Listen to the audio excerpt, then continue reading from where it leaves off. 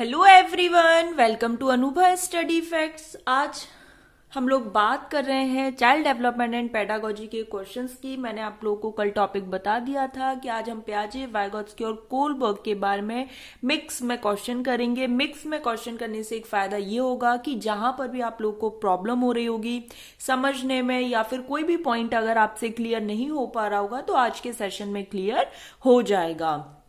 ये आपके MP TET, UP TET, C TET, REET जैसे टीचिंग एग्जाम्स जहां पर बाल विकास से प्रश्न पूछे जाते हैं वहां पर ये सेशन आप लोग के लिए हेल्प करेगा। गाइस, सेशन शुरू करने से पहले टेस्ट सीरीज के बारे में आप लोग हमेशा पूछते हैं कि मैम कौन सी टेस्ट सीरीज ली जाए, और मैं हमेशा से ये कोशिश करती थी कि कोई आपको अफोर्डेबल प्राइस में मिल जाए या फिर बिल्कुल इसका लोएस्ट प्राइस हो। तो आप लोगों के लिए परीक्षा ऐप है, आप डाउनलोड कर सकते हैं। फिर उसके बाद मैंने आपको टेलीग्राम पे पूरे इंस्ट्रक्शंस बता दिए थे कि आप किस तरीके से टेस्ट सीरीज ले सकते हैं। इसमें जितना भी आपको ज्यादा से ज्यादा डिस्काउंट मिल सकता है उतना आपको डिस्काउंट मिलेगा गाइज। ANUBHA50 अनुभव 50 रेफरल कोड है इसका। आप 50% डिस्काउंट पर इसको परचेस कर सकते हैं। अपनी तैयारी का एनालिसिस करने के लिए टेस्ट सीरीज बहुत ज्यादा इंपॉर्टेंट होती हैं। मैंने शुरू से ही कहा है टेस्ट सीरीज का अपना इसलिए इंपॉर्टेंट रोल रहता है क्योंकि इस टेस्ट सीरीज में लाखों बच्चे एनरोल करे हुए हैं, तो सभी बच्चे टेस्ट दे रहे हैं, तो आप उनके कंपैरिजन में कहां पर स्टैंड कर रहे हो ये आपको पता होना चाहिए। टॉपिक वाइज इसमें क्वेश्चंस हैं, 20 FLT दिए हुए हैं। 20 इन सेंस की अगर आप पर डे एक टेस्ट लगा रहे हो, बिल्कुल ऐसे समझो कि एमपी टेट का ही एग्जाम दे रहे हो, तो आपके एमपी टेट से पहले 20 FLT भी कंप्लीट हो जाएंगे। हो सकता है फर्स्ट टाइम में आपके 90 मार्क्स ही आए, तो आपको इससे अपनी तैयारी का एनालिसिस पता चल जाएगा कि चलो अभी 90 आ रहे हैं, फिर नेक्स्ट में आपके 94, 95 आए, फिर अगला लगाओ तो 98, 100 आए, फिर और लगाओ तो 102, 3 आए। फिर ऐसे करते करते जब आप 20 FLT लगा लोगे तो 125 प्लस इजीली आप स्कोर कर पाओगे। इसलिए आप लोग के लिए टेस्ट सीरीज बहुत ज्यादा इंपॉर्टेंट है। बहुत अच्छी टेस्ट सीरीज है, आप लोग के लिए बेनिफिशियल रहेगी। चलिए आज का सेशन हम शुरू करते हैं।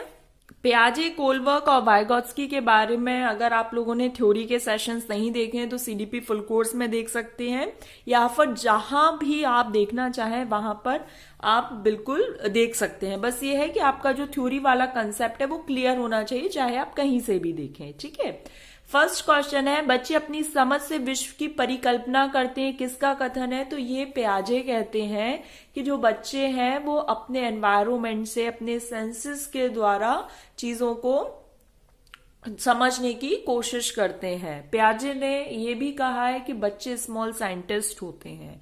तो कुछ इस तरीके से स्टेटमेंट्स वगैरह हैं, ये अगर आप लोगों ने सेशन देखा होगा तो आप लोग अच्छे से डील कर पाएंगे। बालकों की सोच अमूर्तता की अपेक्षा मूर्त अनुभव, मूर्त इन सेंस कॉन्क्रीट, जो आप जिनको छू सकते हो, टच कर सकते हो, वो चीज है। अमूर्त मतलब एब्स्ट्रैक्ट, जो आपकी कल्पना में है, जो आपके इमेजिन में है। तो ये चारों स्टेजेस अगर आपको पता हो, इनकी एजेस पता हो, तो आप बहुत अच्छे से डील कर लेंगे। और लाइव चैट में एक्टिवली पार्टिसिपेट कीजिए कि किस क्वेश्चन का आंसर क्या होगा। तो 7 से 11 वर्ष होता है, लेकिन अगर कहीं 7 से 12 दिया है तो आप बहुत ज्यादा रिजिड मत होइएगा, 1-2 साल ऊपर नीचे करके आंसर बता सकते हैं।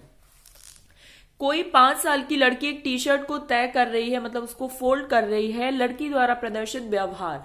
अब ये बहुत लोगों को कंफ्यूजन रहता है, तो यहां पर आपका कंफ्यूजन क्लियर हो जाएगा। जीन पियाजे और लेव वाइगोत्स्की की इसकी व्याख्या बच्चे के विचारों की अहम केंद्रित ईगोसेंट्रिक की बात किसने की है? पियाजे ने की है। तो ये ऑप्शन कैंसिल हो गया क्योंकि वाइगोत्स्की भी नाम दे दिया है। फिर है जीन पियाजे, इसमें अहम केंद्रित ईगोसेंट्रिक स्पीच की बात कहते हैं, जबकि लेव वाइगोत्स्की इसको प्राइवेट स्पीच का नाम दे देते हैं। वाइगोत्स्की ने कितनी स्पीच बताई है, मतलब यहां पर आप लोगों को लाइव चैट में बिल्कुल अच्छे से रिस्पॉन्स करना होगा गाइस, क्योंकि ये आप लोगों के लिए ही सेशंस लेकर आ रही हूं। अगर आप लोग एक्टिवली पार्टिसिपेट नहीं करेंगे तो फिर कैसे काम चलेगा? तो थोड़ा सा आप लोग भी एक्टिवली पार्टिसिपेट किया कीजिए। तो यहां पर प्राइवेट लैंग्वेज वाली बात आई है, अपनी क्रियाओं को नियमित रूप से प्रयासों के रूप में करेगा, तो बिल्कुल ठीक बात है। तो बी ऑप्शन ठीक है। फिर है जीन पियाजे, इसकी व्याख्या सामाजिक अन्योन्य क्रिया के बारे में, तो वाइगोत्स्की ने की है, तो ये कैंसिल हो गया। फिर है जीन पियाजे और लेव वाइगोत्स्की की इसकी व्याख्या मां के अनुकरण के रूप में, तो ऐसा नहीं है। इमिटेशन की बात वाइगॉत्स्की और पियाजे नहीं करते। अब इमिटेशन की बात कौन करते हैं, तो ये आप लाइव चैट में बताइए। तो आई होप यहाँ पर आपको 3 क्वेश्चंस बिल्कुल अच्छे से क्लियर हो गए होंगे। फोर्थ है, पियाजे के अनुसार बच्चों का चिंतन वयस्कों से, ये देखो आपके सीटेट 2016 में पूछा गया, 2019 में पूछा गया। अब इसमें 19 सन दिया नहीं है, लेकिन मुझे पता है 19 में भी पूछा गया है। तो अब आप लोग बताएं कैसे। ये मैंने आपको बहुत अच्छे से एग्जाम्पल के साथ समझाया था कि बच्चों का जो चिंतन होता है वो वयस्कों से प्रकार में तो अलग हो सकता है, लेकिन मात्रा में नहीं। सी ऑप्शन बिल्कुल सही हो जाएगा। संज्ञानात्मक विकास के 4 चरण, संवेदी पेशीय मतलब सेंसरी मोटर, पूर्व संक्रियात्मक प्री ऑपरेशनल, स्थूल संक्रियात्मक कॉन्क्रीट ऑपरेशनल और औपचारिक संक्रियात्मक मतलब फॉर्मल ऑपरेशनल। तो ये किसने जो इसकी पहचान है वो किसके द्वारा की गई, तो पियाजे के द्वारा। ये यूपी टेट 2013 में पूछा गया। जब वयस्क सहयोग से सामंजस्य कर लेते हैं तो वे बच्चे के वर्तमान स्तर के प्रदर्शन को संभावित क्षमता के स्तर के प्रदर्शन की तरफ ले जाते हैं। तो ये क्या है, समीपस्थ विकास है, जोन ऑफ प्रॉक्सिमल डेवलपमेंट है। अगर आपने वाइगॉत्स्की की थ्योरी नहीं देखी है तो सीडीपी फुल कोर्स में देखिए, इससे आपकी अंडरस्टैंडिंग जो है वो अच्छे से बिल्डअप हो जाएगी। आप लोग को पता चल जाएगा कि जोन ऑफ प्रॉक्सिमल डिस्टल या फिर समीपस्थ विकास का क्षेत्र क्या होता है। उत्तर बाल्यावस्था मतलब लेटर चाइल्डहुड, और मैं कोशिश कर रही हूँ बाइलिंगुअल सेशन करने की। आई होप आप लोगों को सेशन पसंद आ रहा होगा। उत्तर बाल्यावस्था में बालक भौतिक वस्तुओं के किस आवश्यक तत्व में परिवर्तन समझने लगते हैं, तो यहाँ पर द्रव्यमान, संख्या और क्षेत्र तीनों में। वाइगॉत्स्की के अनुसार समीपस्थ विकास का क्षेत्र क्या होता है, तो अभी हमने पढ़ा था कि जब बच्चा स्वतंत्र रूप से कुछ कर सकता है, प्लस जो उसको टीचर्स के द्वारा या उसके एडल्ट्स द्वारा या उसके पीयर्स द्वारा या एमक्यू द्वारा जो सहायता प्रदान करके उसके कार्य में बढ़ोतरी की जाती है, तो उनके बीच का अंतर है जोन ऑफ प्रॉक्सिमल डेवलपमेंट। तो बी ऑप्शन बिल्कुल सही हो जाएगा। 9th क्वेश्चन है कि निम्नलिखित कथनों में से कौन सा वाइगॉत्स्की के द्वारा प्रस्तावित विकास और अधिगम के बीच संबंध का सर्वश्रेष्ठ रूप में बताता है। तो जो वाइगॉत्स्की है वो ये बोलते हैं कि जो विकास प्रक्रिया है, जो डेवलपमेंट है, वो लर्निंग प्रक्रिया के पीछे रहता है। और पियाजे क्या कहते हैं ये आप लोग लाइव चैट में बताएंगे। वाइगॉत्स्की क्या कहते हैं, डेवलपमेंट जो प्रक्रिया है वो अधिगम प्रक्रिया के पीछे रहती है, मतलब पहले लर्निंग होगी फिर डेवलपमेंट होगा। पियाजे क्या कहते हैं आप लोग लाइव चैट में बताएं। पियाजे के अनुसार विकास की पहली अवस्था जन्म से लेके 2 वर्ष तक की होती है। तो इसमें क्या होता है, अमूर्त तरीके से तो फॉर्मल ऑपरेशनल है, भाषा के नए अर्जित ज्ञान के अनुप्रयोग द्वारा तो ऐसा कुछ नहीं है, बल्कि बच्चा क्या है सेंसेस के थ्रू सीखता है, इंद्रियों के द्वारा सीखता है। तो सी ऑप्शन बिल्कुल सही हो जाएगा। नेक्स्ट क्वेश्चन है, बच्चों के बौद्धिक विकास की 4 विशिष्ट अवस्थाएं किसने दी, तो पियाजे ने। आप लोग बताएं एरिक्सन के द्वारा कितनी स्टेजेस दी गई हैं। बच्चे दुनिया के बारे में अपनी समझ का जो सृजन है वो स्वयं करते हैं, ये अभी हमने पहले ही पढ़ा था। तो ये पियाजे कहते हैं। पियाजे ये कहते हैं कि बच्चे अपने जो खुद की समझ होती है उसका सृजन या उसका जो कंस्ट्रक्शन है वो खुद करते हैं। और पियाजे को इसी वजह से रेडिकल कंस्ट्रक्टिविस्ट कहा जाता है। चाइल्ड कैन मेक या child can construct their own knowledge. तो यहाँ पर कंस्ट्रक्टिविज्म की बात कही गई है। पियाजे के अनुसार निम्नलिखित में से कौन सी अवस्था में बच्चा अमूर्त मतलब यहाँ पर एब्स्ट्रैक्ट थिंकिंग जो उसके समक्ष अगर नहीं भी है तो भी वो उन चीजों के बारे में सोच पा रहा है, तो ये किस में होगा, फॉर्मल ऑपरेशनल में। औपचारिक संक्रियात्मक अवस्था कब से कब तक होती है, तो 12 वर्ष के बाद की अवस्था है। नेक्स्ट क्वेश्चन, वह अवस्था जब बच्चा तार्किक रूप से वस्तुओं व घटनाओं के विषय में, तार्किक मतलब लॉजिकल रूप से अगर बच्चा सोच पा रहा है, इट मीन्स वो कॉन्क्रीट ऑपरेशनल में है। तो सी ऑप्शन बिल्कुल सही हो जाएगा। नेक्स्ट है, पियाजे के अनुसार संज्ञानात्मक विकास के किस चरण पर बच्चा ऑब्जेक्ट परमानेंस को प्रदर्शित करता है। तो ऑब्जेक्ट परमानेंस क्या होता है आप लोग लाइव चैट में बताएं। और अगर किसी को ये टर्मिनोलॉजी नहीं आ रही है समझ में तो कोई बात नहीं, आप सीडीपी फुल कोर्स में देख सकते हैं या फिर सीडीपी फुल चैप्टर वाइज भी है उसमें भी देख सकते हैं। तो ये किस में होता है, सेंसरी मोटर स्टेज में, संवेदी प्रेरक चरण में। तो सी ऑप्शन बिल्कुल सही हो जाएगा। नेक्स्ट है पियाजे के अधिगम के संज्ञानात्मक सिद्धांत के अनुसार। तो सबसे पहले तो कभी कभी इतना इजी भी क्वेश्चन पूछ लिया जाता है कि पियाजे के द्वारा कौन सा सिद्धांत दिया गया, तो संज्ञानात्मक विकास का सिद्धांत, कॉग्निटिव डेवलपमेंट थ्योरी। तो पियाजे कॉग्निटिव डेवलपमेंट थ्योरी। तो संज्ञानात्मक सिद्धांत के अनुसार वह प्रक्रिया जिसके द्वारा संज्ञानात्मक संरचना को संशोधित किया जा सकता है। संशोधित, इसमें क्या होता है, आप चेंज कर सकते हो उस चीज को। तो यहाँ पर मैंने आप लोगों को बताया था दो जो वर्ड्स है उनको थोड़ा सा ध्यान रखना, मॉडिफाई और चेंज अगर बात आती है तो वो समायोजन कहलाता है, मतलब एकोमोडेशन कहलाता है। और अगर नई चीजों को आप जोड़ रहे हो, ऐड कर रहे हो, दैट इज समावेशन। स्कीमा क्या होता है, पॉकेट्स ऑफ नॉलेज। फिर बात आती है कि कोलबर्ग के अनुसार शिक्षक बच्चों में नैतिक मूल्यों का विकास कर सकते हैं। तो कैसे कर सकते हैं, आप नैतिक मुद्दों पर जब चर्चा कर रहे हो तो उन बच्चों को भी शामिल करो, ताकि जो उनकी थिंकिंग है और जो सोचने की समझ है वो भी बढ़ेगी। और उनको भी वैसे जब आपने देखा होगा, आप किसी बच्चे की अगर राय लेते तो वो अपने आप में एक बहुत कॉन्फिडेंस फील करने लगता है। तो जब भी नैतिक मुद्दों पर बात आ रही तो ये चीज बहुत ज्यादा जरूरी है कि आप बच्चों को चर्चाओं में शामिल करो। तो सी ऑप्शन बिल्कुल सही हो जाएगा। और नैतिक विकास का सिद्धांत किसके द्वारा दिया गया, तो कोलबर्ग। ये भी थोड़ा सा लगता है कि बहुत इजी है, कभी नहीं आएगा, लेकिन अगर एमपीटेट के आप प्रीवियस ईयर पेपर देखो तो एज इट इज आप लोगों से पूछा गया है। और अगर अभी तक आपने एमपीटेट के प्रीवियस ईयर सेशंस नहीं देखे हैं तो एक बार आप देख जरूर लीजिएगा, उससे आप लोग की अंडरस्टैंडिंग भी बिल्डअप हो जाएगी।